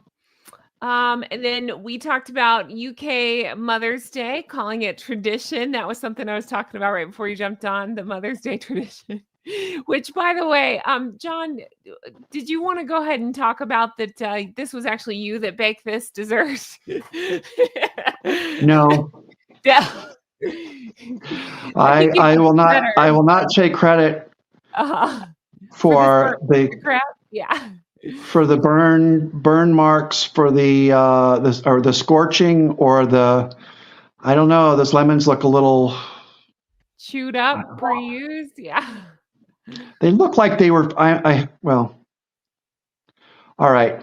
They look like they were fished out of the bottom of someone's glass of iced tea, That's what I said with Chef or their Matt. cup of tea. Somebody. Meghan went to tea, Mhm. and at the end, she ran around and scooped up all the lemon slices out of everybody's cup before the waiter could get them, and she put them on this cake.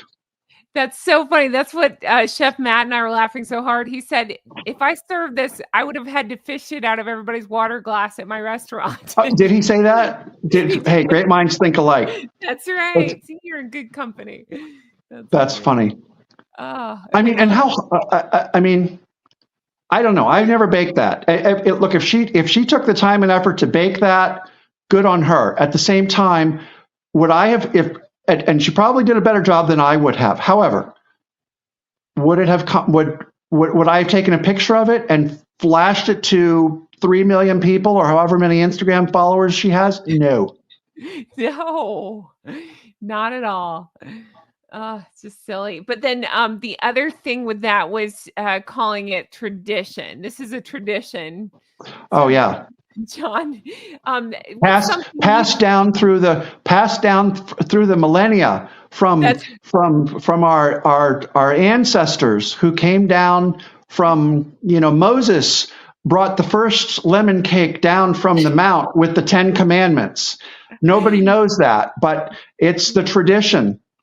And so now we're carrying this on after 2,000 years. I've been so busy focusing too on her family or his family because they're estranged from both of those. I didn't even think about, do you think it's a Nigerian tradition? Do you think it's a Malta tradition? Do you think lately I've heard Irish is an Irish tradition? What are we doing? Which tradition is this? I mean, when I think about tradition, it's like, okay, maybe 10 years. Mm-hmm. I mean, that just seems like about, okay, yeah, we've done it for 10 years. If you talk about it for any less than that, it seems like it's kind of a joke. Yeah, that's not But necessarily. that's just me. Yeah, no, I'm same. That's pretty funny. Oh, and then you did a little research and talked about. Can you talk a little bit about the Sentebale trademark application? Oh yeah. I can pop This that I thought on was the screen while you do. You sent it to me. Go ahead and throw that up if you want. Yeah, it'll take me just a second to pull it. I forgot to set that up, but I'll do that. So one of the objections that Dr. Sophie has had that she's talked about is this alleged push to transform Sentebale or to expand Sentebale somehow into even more of a multi-continent enterprise, Africa, London, and also the United States. And she found that objectionable. And in fact, she wanted to go in the opposite direction. So there has been some chatter in the past about,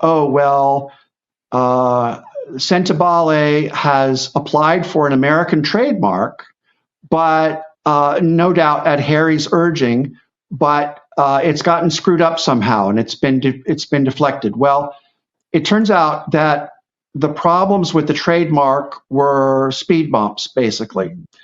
And the application did go through and the trademark issued. There it is, right there.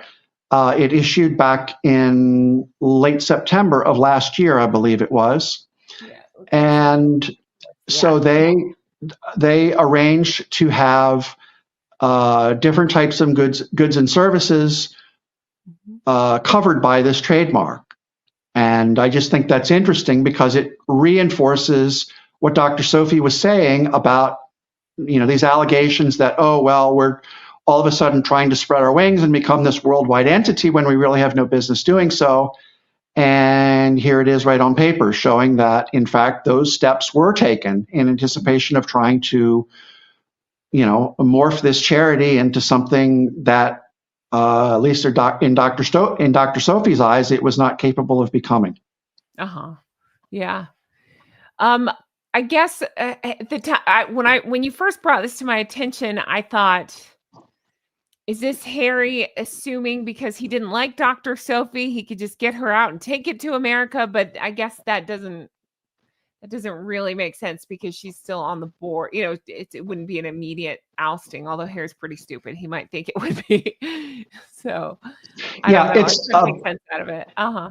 yeah. This trademark got started, I believe, in April of 23, so just about 2 years ago. And I'm not sure exactly how that aligns with Dr. Sophie's arrival, but Yeah. do you know when she got there? I can, yeah, she joined it. So she was on the board, or she joined the board, I believe, in 2023. She had previously been with them for years, but then I believe it was 2023 when she did join. Okay. Yeah, I believe so. But so then that makes sense that this is something that she probably was confronted with when she re-engaged with the charity. And again, probably heard about this and looked at it and said, no, that's heading in the wrong direction. And again, you have to ask the question, what was the purpose of this?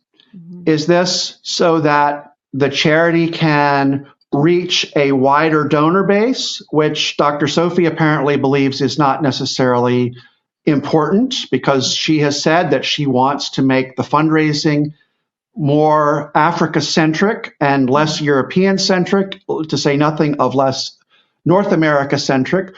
Or is this move to spread the organization's wings into North America, is that for the convenience of Harry, who, guess what? He would like to be able to play polo under the auspices of being the savior of Sentebale and the patron of Sentebale.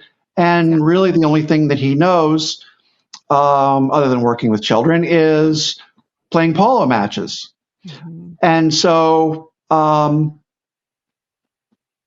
what's going on here? What's the motivation? I think she probably is smart enough to have come in and said, you know what?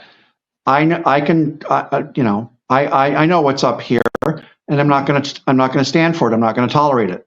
Yeah. So I think that's part of where she was coming from yesterday when she talked to Sky News about it. Mm-hmm. By the way, I said just a minute ago, Harry's limited talents. For all anybody knows, he may have latent talents that nobody has ever seen. Who knows? We probably would have heard about it, but he might be wonderful with, I don't know, he might be a wonderful house painter. I'm not saying that facetiously. I'm just saying he might have other talents. There was that one picture of him juggling where he's, Meghan's at the desk and he's outside the window with 3 balls in the air. Who knows? So if he's able to juggle, and I'm just using that as a random example, I'm not trying to be belittling or facetious, but he may have some other talent somewhere that he just hasn't figured out yet. It's a little late. I don't make such claim. I'm always belittling and facetious. So welcome to my show. Yeah. Age 40 is a little late to figure out, what your skill set is. I will say this as well. One of the most interesting things I've ever done, and I just say this for the edification of the chat. One of the most fascinating things I ever did was you can go to a website called 16 Personalities. If you've heard of the Myers-Briggs personality test, and I thought this would be fascinating for Harry and for Meghan to do. 16personalities.com. It's the number 16 and then the word personalities. The test is free. It's the Myers-Briggs test. And you answer these questions, and the test comes back very quickly, and it tells you, based on your answers, what your personality type is. And then the fun thing is it tells you who in pop culture you line up with, whether it's a Sesame Street character or it's a famous actor or actress or whoever it is. It's really, really interesting. And if you want to have some fun, and again, I would be fascinated to see what Meghan and Harry's results are, but go to that website. It's really, and it's like I said, it's free unless you want to pay for the deluxe, whatever, and you don't have to do that at all. Yeah. And I'm not merching that like certain beige clothing. Yes. I'm not. Well, There's no commission being paid. There's so many things that made me laugh all at the same time. One was 16 personalities. I wrote that down as a note to myself, and then I started thinking, I have 16 personalities. So Well, there's no, that's not quite the way it works. No, it's you're one of 16 personalities, Jen. not in my world. Yeah. Everybody's laughing, talking about her tradition is maybe her tradition is burning food. I just found that especially funny. Maybe it is. Could be. Could be. And then somebody suggested maybe that's a Nigerian thing. We don't know. Maybe so. This is true. This is true. That's funny. This is true. So, by the way, speaking of food, I told you about. I made Gwyneth's biscuits from the other day. Tell us about Gwyneth's biscuits. Well, title of your memoir. They're different. They're a little grainy. If you live in the southern part of the United States, they're a little bit like grits. They have some kind of I don't want to say sandy, but that's kind of what it is. They're not. I prefer a biscuit that's a little bit more like a croissant, that's a little flakier inside, and these were fine. Don't get me wrong, but my score on those biscuits was I did not do what Chef Matt suggested, by the way, because Chef Matt said, well, get a butter, brush and brush some butter. Well, I'm not. If you have a giant bucket of butter sitting around with a brush in it waiting to, that ain't me. Sorry to disappoint. Yeah. Right. So I would give them a 7 out of 10. Because they weren't my preferred style of biscuit, and they're also expensive. Little biscuit like this, they come in a bag of 6, and they're $9. So they're $1.50 a piece. That seems pretty expensive for a little, biscuit that's barely larger than a golf ball. So anyway, give them a try if you want to. I thought they were fine. I did not say, oh, gross, I can't believe she would eat this. But I thought that they were fine, and I would not buy them again. But I enjoyed the experiment. So yeah. And then you'd made a couple of things by that same company, right? You said pizza and cookies and stuff. And did you find that to be the case for all of them, or? Actually, I did not, unfortunately. I got some of their pasta, which, call me simplistic, but I like angel hair pasta that, I don't buy the cheapest one on the shelf, and I don't buy the most expensive one. I buy something that I'm interested in experimenting with. I switch around the brands. I have not found the definitive brand of pasta for me yet. But anyway, there's that. So I didn't care for their pasta. This is the other thing. This drives me nuts. And this happened on the pizza. This happened in the cookies. Like, everybody's trying to reinvent everything now. If I want pizza, I want dough in the pizza that is made like normal pizza dough. I do not need pizza dough that is made out of ground up almonds, which is what this pizza. And then it was a 12-inch pizza, and it was $12. Well, the frozen pizza, the emergency pizza that I normally keep in the refrigerator, is, I think, 14 or 16 inches, and it costs about $6 or $7. And it tastes better than that stuff. So I gave that pizza a 3. And then I also they had some cookies, some sort of sugar cookies, and then they had some chocolate chip cookies. Yeah, the sugar cookies I thought looked good, but you said they didn't have too much. They just didn't do anything for me.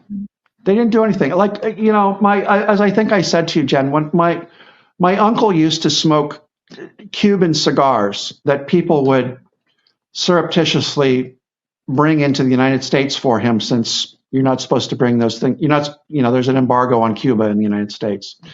And he knew somebody in Europe that when that person came into the U.S., they would bring a couple of Cuban cigars. Anyway, his comment always was, if I'm going to smoke a cigar, I'm going to do it right. And I feel the same. And I'm going to have a Cuban cigar. I don't want some cigar that is grown from some frou-frou tobacco from who knows where. I want a Cuban cigar. I'm the same way. When I want a chocolate chip cookie, I want a chocolate chip cookie. I do not want some adulterated. You get the point. I want it to. I want it to be made with like Ghirardelli chocolate or Toblerone or some Swiss. You get the point. I appreciate I'm more than willing to pay for really good chocolate chip cookies on the rare occasion that I actually have a cookie, in case my doctor's listening. But I'm laughing. Did you think they now think you have the munchies? That's everybody saying, are you high? Yeah, right. Yes, where's my... Yeah. No, so, go ahead. Yeah, put the pictures up that I sent you, and then I'll really have a problem. Yeah. But yeah, you get the point. It's like this fancy, like, again, why do I want ground up almonds in the pizza crust? That's not. It's almost an excuse to spend, to pay more. They have to do something to justify. Oh, it's $12. Like, there's a Domino's right down the block. Anyhow. Yeah.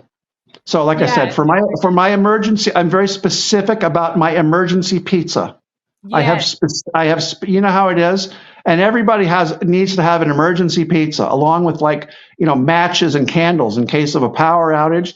You need emergency pizza. If for no other reason, like we talked about the last time, if all of a sudden the doorbell would ring, and if it was William and Catherine to fulfill their place on my beer and pizza list, I would need pizza.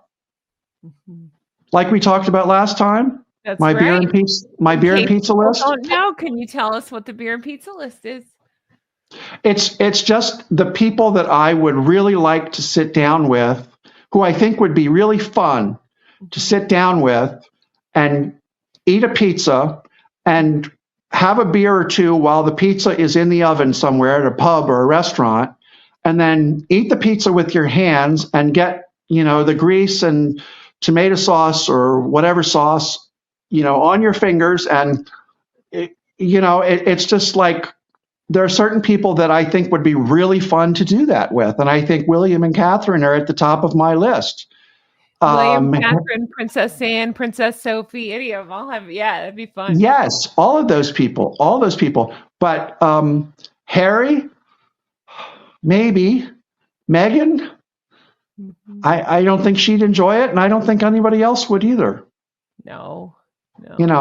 I'm sorry. I mean, if there are other, who else would be on the beer and pizza list? Ozzy Osbourne would be a riot, I think. Mick Jagger, Keith Richards, those guys would be fun. Yeah. But who else? What's the I was going to say the Larry the cat from number 10. I would enjoy. You know what I'm talking about? No. Oh my god. Okay. Larry the cat from You've just lost half the flock. Geese and cats. Larry the cat. Oh, let the comments flow. Let the hate. Larry, you don't know who Larry the cat is? Educate the goose. Who's Larry the cat? Is it the attorney that accidentally had his cat filter on talking to the judge? No. Larry the cat is the resident cat at number 10 Downing Street in the UK, where the Prime Minister lives. And he's famous. When Trump was there, he got underneath Trump's car, underneath the Beast, and took a nap, and everybody thought it was hilarious. And he comes and goes, and he when he wants to go in to open the door, he sits on the step, and the Bobby opens the door and knocks on the door, and somebody opens the door and lets him in. He's super famous. Famous. I missed out. I need to learn. I need to educate myself on Larry the cat. I guess I need to go back to England and study up on Right. Larry the But cat. Larry the Cat's just, again, one of those cool people that you'd like to hang out with. Yes. And You want to he drink almost beer he and have, almost is a person. you He's want to super drink beer famous. with a cat? He what? Yes. Is that on your pizza and beer list? You want to hang out with Larry the cat? No, no. What are they saying? High as a kite. Okay, fine. No. Cat has a good sense of humor. We love Cat. She's not making fun of you. Okay. You're talking about food and hanging out with a cat. Right. Well, Harry sent me some of his wares. Yes. To No, that's funny. Well, John, anything else on your mind with all this? I feel like I've kept you. Anything else? Let me just look here real quick. Yeah, I looked back at our notes and we did pretty good. I think we hit most of the talking points that I saw. Well, we were going to talk about and I'll just go over these really quickly. Chief impact, Harry being chief impact officer at Better Up. Mm-hmm. Basically, as far as I can tell, that is a paid patron position. Uh-huh. He's making $1 million a year to try and do the same thing for Better Up that he's done for Invictus and that he has done or used to do for Sentebale.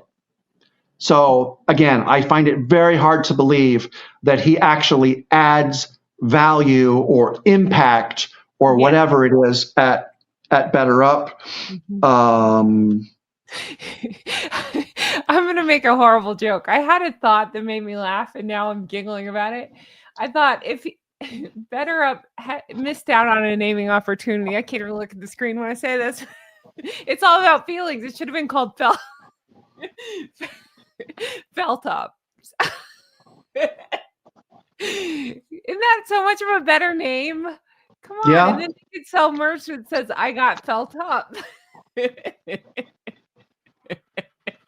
So proud of yourself. You're so proud of yourself. I'm so proud of myself. I would go to something that called Felt Up just to get a t-shirt that said I got felt up.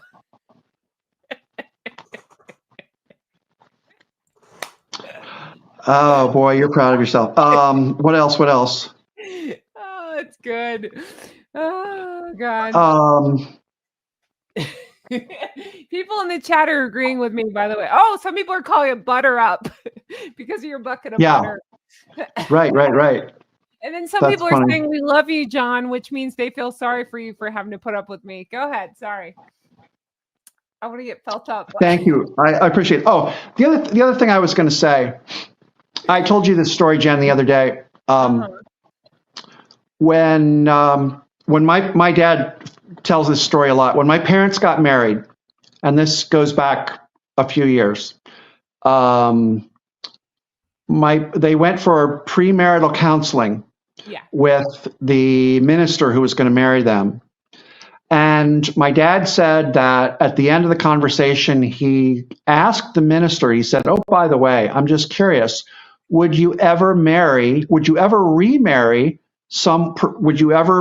preside at a wedding where one of the parties was divorced? And the clergyman said, I would, but I will not remarry the innocent, by which he meant if you've been in a failed relationship and you start a new relationship and then you try to tell the world that everything that went wrong the first time around was somebody else's fault, then you need to go back and think this over a little bit more, because nobody is ever 100% innocent. I think the same sentiment applies to the Sentebale situation, and I think it's worth remembering that going forward in terms of who's right and who's wrong. I do not think this is going to be 100% right, 0% right. This is going to be probably, I don't know, 80-20, 90-10.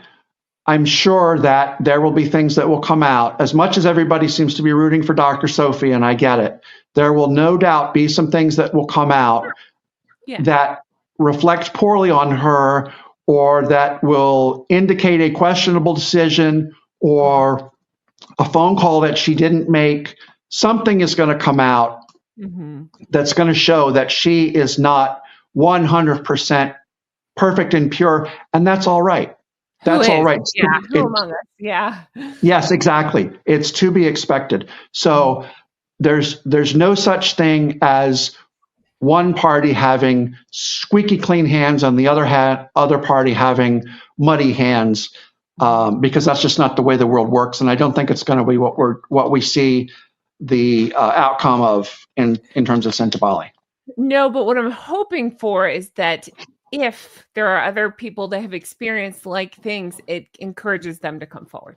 So absolutely, absolutely, or anywhere else, previous, yeah. I have no doubt, and in fact, when Dr. Sophie gave that interview on Sky News, she had a man, Ian something, sitting right next to her who was one of the new trustees, and he apparently had some receipts as well for things that he had heard and seen and so on.